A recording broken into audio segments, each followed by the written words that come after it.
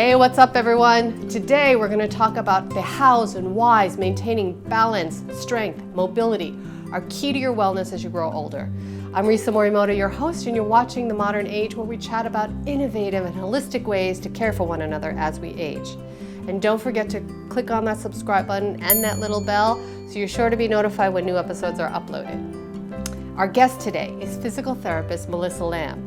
She shares with us ways in which we can integrate simple movements and exercise to prevent issues later on in life and not just deal with the problems when crisis hits.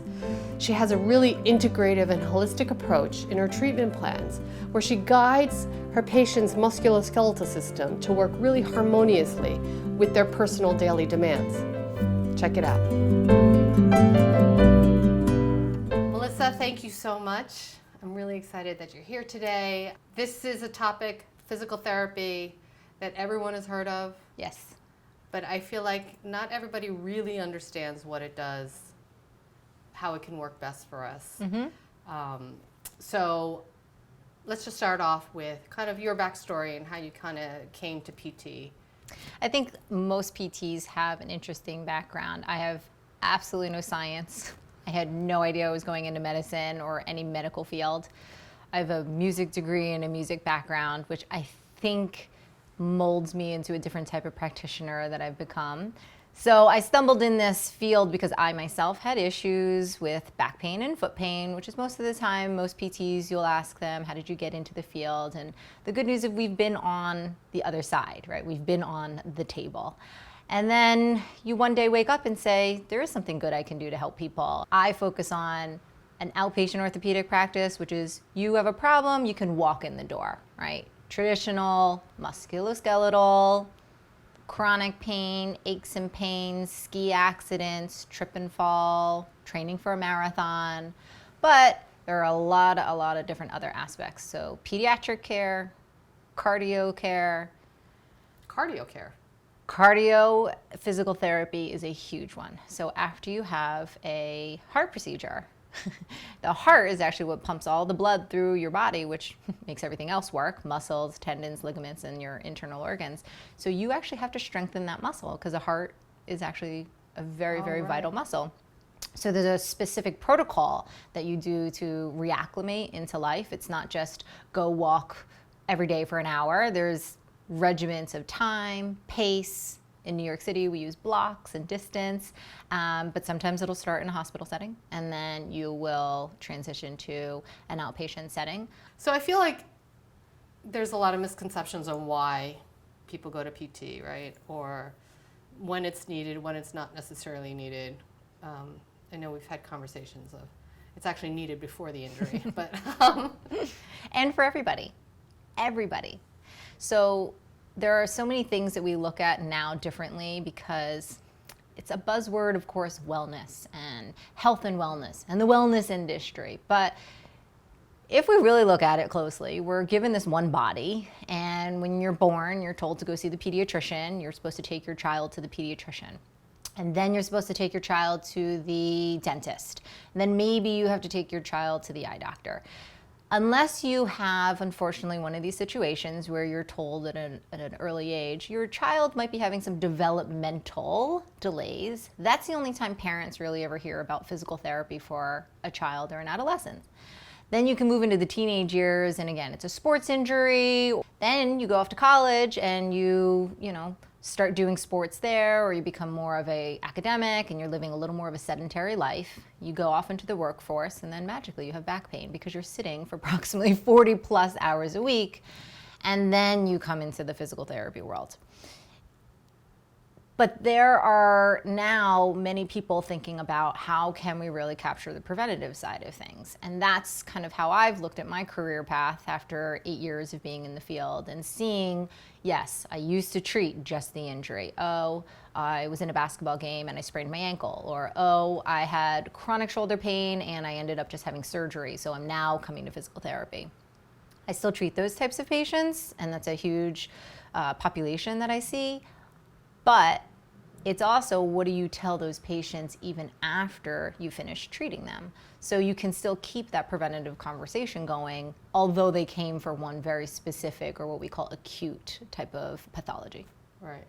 Do you find that if someone's had an injury as an adult, that the likelihood of it coming back or that it becomes a chronic issue is high? A lot of it is asking the questions. So if you came on my table versus another female, same age, same demographic, but that person was a collegiate Division I basketball player. Oh, I was. Yes, No. at Bucknell. Yeah. The demands that you put your body through, and let's say you were prepped to be that athlete starting at the age of 4, is very different than the 42-year-old that just decided to walk into my table and say, you know, I have this back pain that just flared up out of nowhere. Or you're the patient who, I really wanted to get fit and I decided to throw myself into boot camp and high intensity cardio classes, and I'm working out 7 days a week and taking 2 spin classes a day. That's a different history. So really, what you participated in is what I like to say. I don't like to say you did anything or use language that you really can't do anything about anymore. But if you had this lifestyle, because that's really what it even is, present term and then future terms, what is your body like now? But there's so much of a history that will then decide what your total outcome, or what we in the world of medicine say, what's your prognosis? So at times we can make a dramatic change at 80 years old, at 50 years old, at 20 years old, because when I get the 20-year-olds on my table, I can actually create a whole nother future for them. But even at 80, I can still create the best 10 years or 12 years or however many years that that patient wants. But we just have to have a very in-depth conversation and set these, what we call realistic goals. So is there a misunderstanding in terms of how, or maybe just a lack of understanding or a lack of knowledge in terms of how our body works? I think that word works is the misconception. So like I said, you go to your physical exam. What does the doctor do? He looks in your mouth, he looks in your ears, he looks in your eyes, he listens to your heart. But does he ever ask, how is your shoulder moving? Does he ever look at what you do from these, what we call movement patterns? So you end up probably sitting and waiting for him on the table, and then you just sit there while he does all those tests.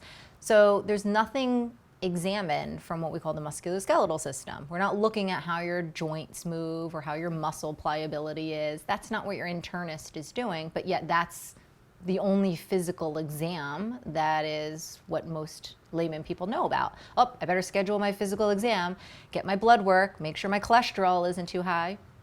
But cholesterol and high blood pressure ties right back to activity. They'll put you on some diet restriction or some activity modification. That can tie right back into physical therapy. So from my perspective, it's yes, most people think I have to have an injury or my doctor must tell me that I need to go to physical therapy, and they'll write you this prescription, and then you walk in the door and you find the physical therapy location that you like. But now all 50 states have had a law that's been passed that says you can actually walk in the door to a physical therapy location without an MD or any doctor overseeing you. Oh. So that was a huge thing for in general, just the profession as physical therapists. Hence why it's now a doctorate degree, it's not just a master's degree, and it's not just a bachelor's degree. So there's a lot of red flags that we're looking for when we're doing your assessment or your evaluation. And we do go into a lot of the medical side of things. What red flags are you looking for? So right now you're treating a lot of patients who have a history of cancer.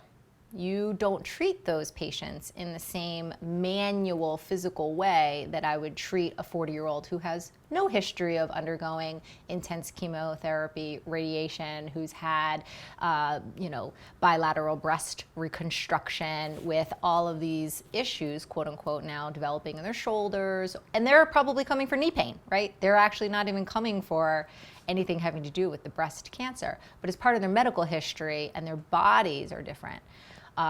Leukemia, their immune systems are suppressed, or any of these other medical diagnoses, even just age. So a young, I call everybody young, a frail 80-year-old, I'm not going to manipulate the same way that I would a 55-year-old. So everything and every stage or what that person looks like now determines how you're going to treat them. So I say, you come in the door at any stage in your life. You can come in the door when you're 10. You can come in the door when you're 7. My son is 6, and he's been doing a little bit of physical therapy since he was 3 or 4, because it's just the basics. Mobility. How do you move? Stretching, flexibility, strength, but it's mobility. That's where I tend to focus. Because you can be the strongest human being, but if you aren't mobile, you can't get from point A to point B. So that's the word I tend to use is. So you mean just walking and running and? Yeah. Just actually getting up out of your chair can be a laborious task. I can teach you how to, if you have deficits of strength, strengthen the right muscles that will then make that task easier. So you see the patients who get up and fall down or get up and fall down. Of course, anybody after knee surgery isn't going to be able to get up out of their chair, but even the patients who 45, 50, even my 30-year-olds, oh, my back hurts, I can't get out of my chair. We can teach you, kind of working backwards, what might be leading to the reason why you can't get out of the chair. So it's all of this puzzle piecing. It's really, I call myself just this detective all day long. All I'm doing is trying to solve these detective problems because I don't treat the back problem. I treat the functional problem. What is it in the way that your body moves or actually doesn't move, which is what's causing you to get pain? So for example, if I had severe back pain, you would ask me, I guess, what I do for a living. A lot of the time, environmental and job occupation play a huge role in how a person's body has to function every day. So I say it's 300 days a year. Let's say, let's just use 300. 300 days a year, you're putting demands on your body. And then let's say you also like to do all of these crazy recreational exercise things. So on top of just getting up and doing the everyday normal activities, then you're gonna put more demands on your body. So where's the replenishing? I call the body a bank. You're gonna deposit and you're gonna withdraw. Unfortunately, I think we live in a world of way too much overstimulation and withdrawing. We're sleep deprived, some of us don't have the best diet. Stress is going to be a huge buzzword, and it's great that more and more people in all aspects of medicine are talking about the impacts of stress. And stress doesn't have to just be job-related stress, but all of those things play into why you might have back pain. Then we go into this physical exam and see, what is your movement like in your hips? Believe it or not, it can come from your ankles. It can come from your neck, but you might be saying, oh, it's low back. It can be coming from the fact that you're right hand dominant and you do things all the time with this right-sided movement pattern. And so we look at all these different things and piece them together and then say, all right, let's rebuild your foundation. So we scrap everything, or I scrap everything. Right? You walked in pretty healthy, but this back pain is bothering you. And I say, foundation, just like when you build a house. If you lay the cement and it happens to be a little off, crooked, centered, your house still might be built on top. But then you're gonna get the cracks in the walls, your furniture isn't gonna lie straight. So it's all about that foundation. So I tend to, and I think more therapists are, when we say we're looking at the whole body or we're treating the patient as a whole, you're not just talking about the back anymore. I use the term very loosely, old school or old tradition, but to be honest, physical therapy is such a young discipline in the medical model that we can't really say old. But if you ask people who have been practicing for 25 plus years, their curriculum was different. So they did only know what they were taught. Now we've advanced to the curriculum, and now we are so much more interdisciplinary that we do have to know all of these other facets of what the rheumatologist is saying, what the endocrinologist is saying. So all day long, I'll get a referral or I'll have to talk to a doctor who's in all these other disciplines of medicine, and that really wasn't the case back then. It was, my knee hurts, I had surgery, and I went to physical therapy. So when somebody has a history, a medical history, and they're seeing so many specialists, which is a pro and a con in the medical model now, because you can find a specialist for anything. You can find a specialist for any type of dermatological issue, or you can find that one doctor that only specializes in the 1 out of 10,000 patients who have the rare cell that does X, Y, and Z. And it's very overwhelming. It's extremely overwhelming. So patients come to me inundating all of this. Here's my MRI, here's my CAT scan, here's my test, here's my, all of what I consider still just very, very traditional, extremely important baseline measures. But my world is, how does it all fit into function? So I still look at all those reports, but I scrap it and I say, okay, now let's just talk about how you're moving and how do you feel?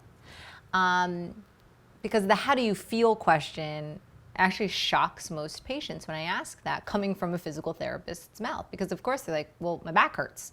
I said, right, but how do you feel about your back?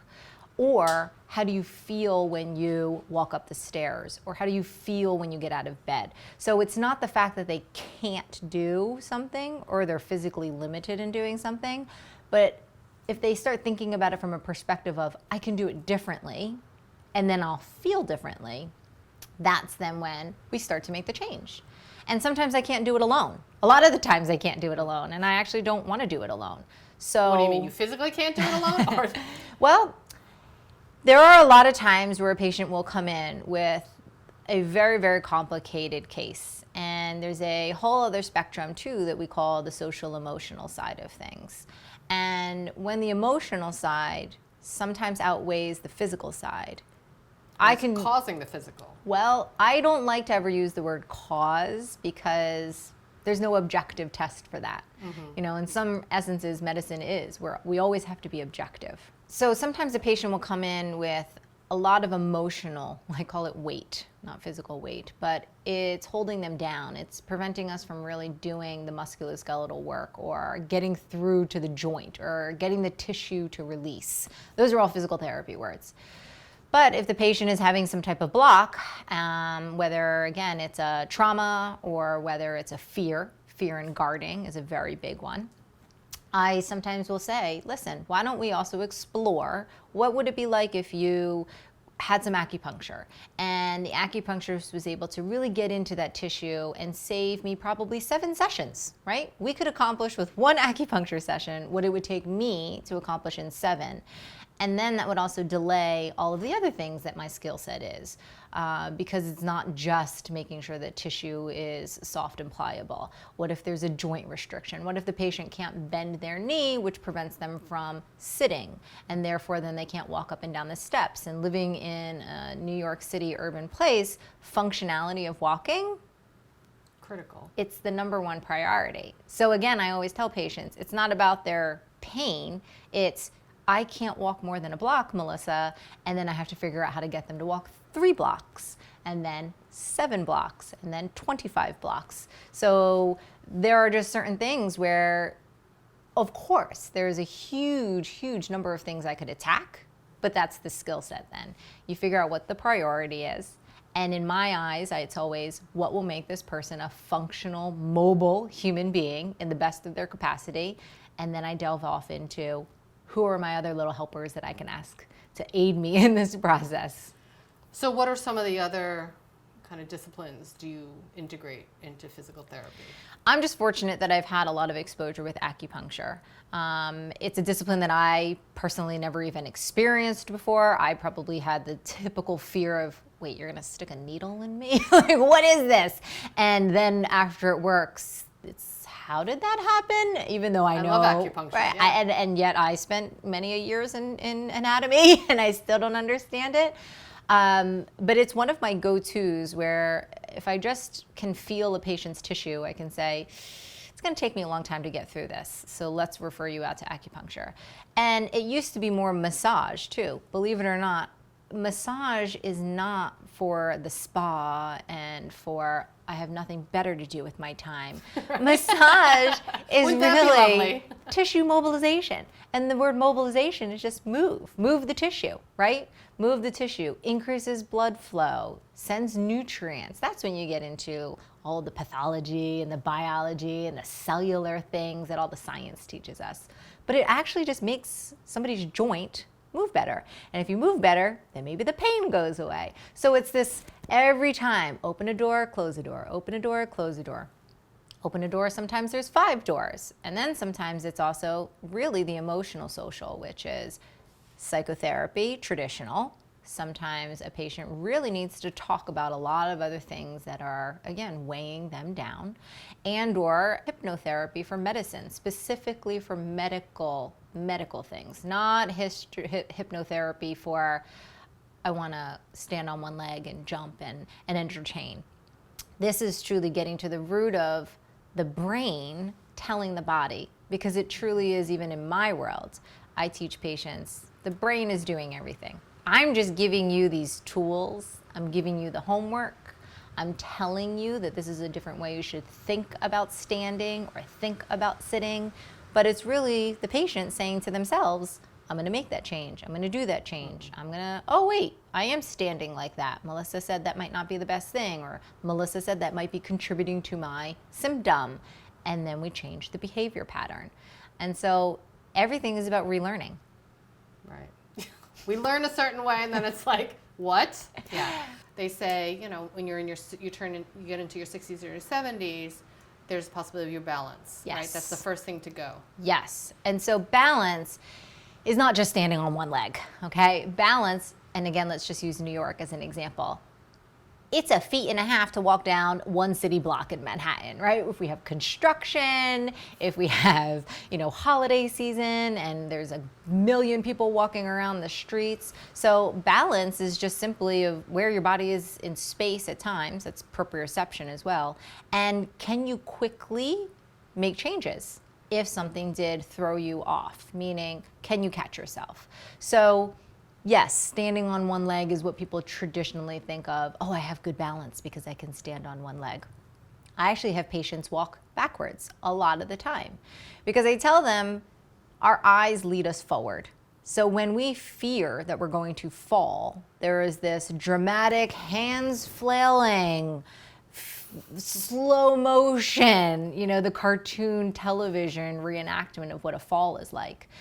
And that's due to really what our brain interprets. Our brain does not have, except for mothers out in the world, eyes behind our head. So the body doesn't know how to react when it's thrown off, when it's given the stimulus. So simply walking backwards, walking sideways, changing the way that the brain interprets the world is what will actually make you better. It's like, again, doing flashcards in the memory game. If you practice that, it's something that will stay with you. Wow. So like walk backwards, how much? Luckily in New York, we have hallways. So I tell some patients just to walk backwards. Sometimes even on the street, I'll just turn around and walk backwards and feel uncomfortable. That's the other thing about the process in physical therapy. There's so many aspects of it that feel uncomfortable.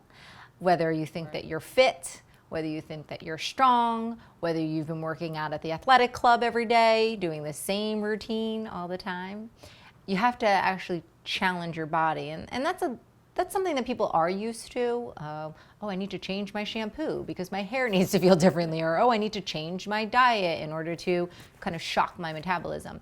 It goes the same way with your physical system. You have to actually do something different in order for it to change. And so that's why also when patients just kind of say, well, this is something I'm not good at, I don't really settle for that answer.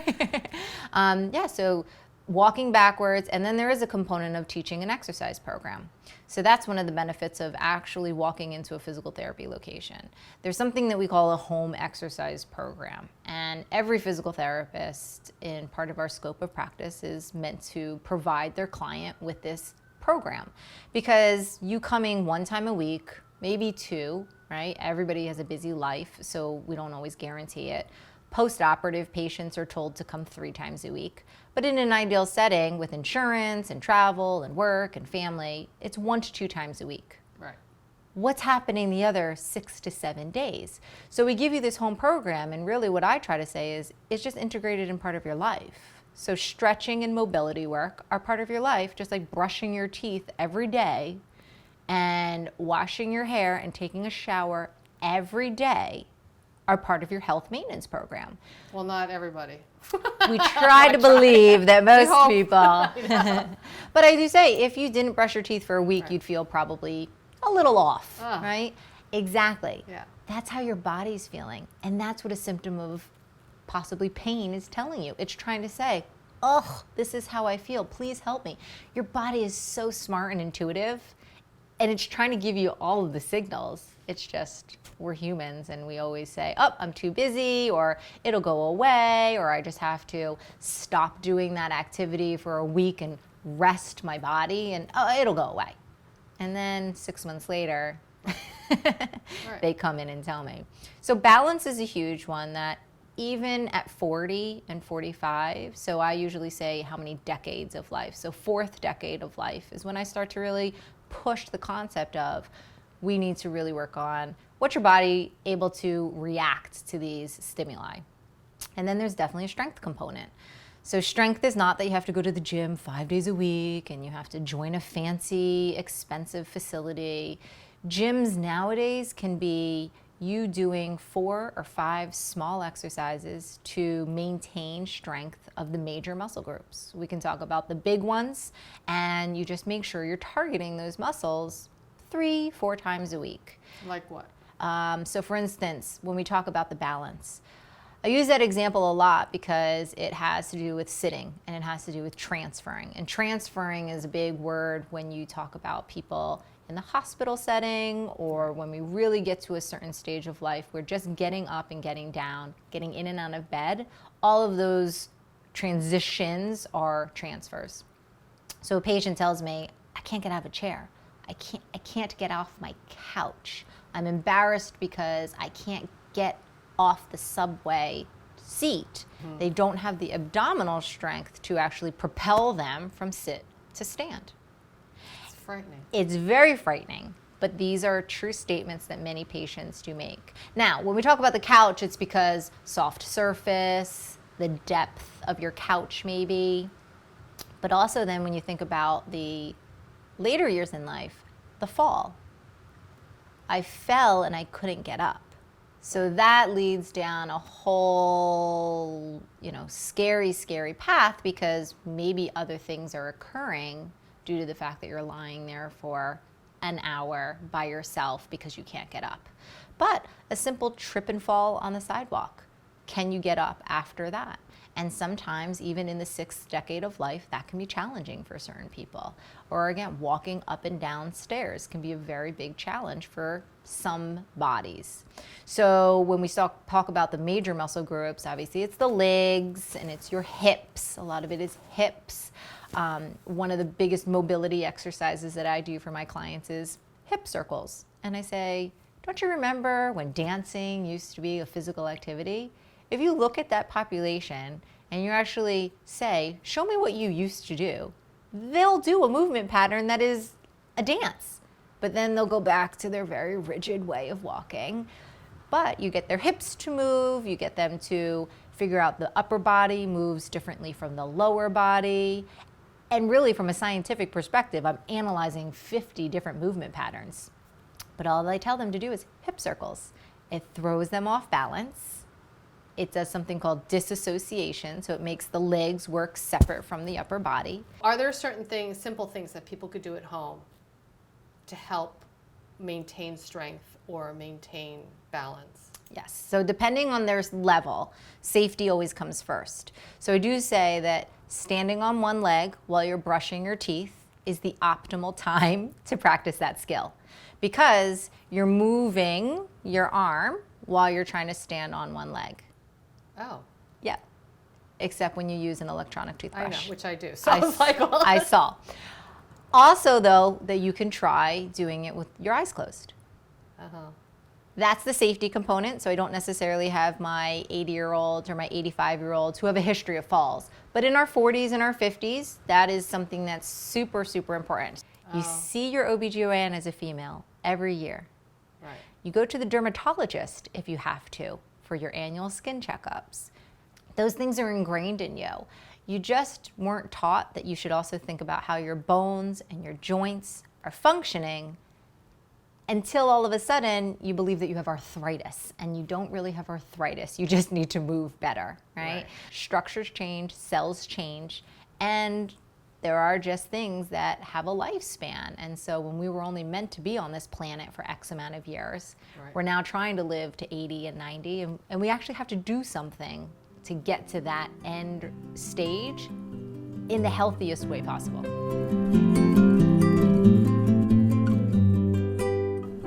We always love to hear from you. Feel free to leave a comment below and share your thoughts or ask questions. If you enjoyed the video, share it with your friends and family, and be sure to subscribe so you'll always be notified when new episodes are uploaded. DM me on Instagram, Facebook, This is Modern Aging. But the best way to keep in the loop, honestly, is to sign up on our email list at thisismodernaging.com. To live your best life tomorrow, you need to start today. So thank you so much for watching, and we'll see you next time on The Modern Age.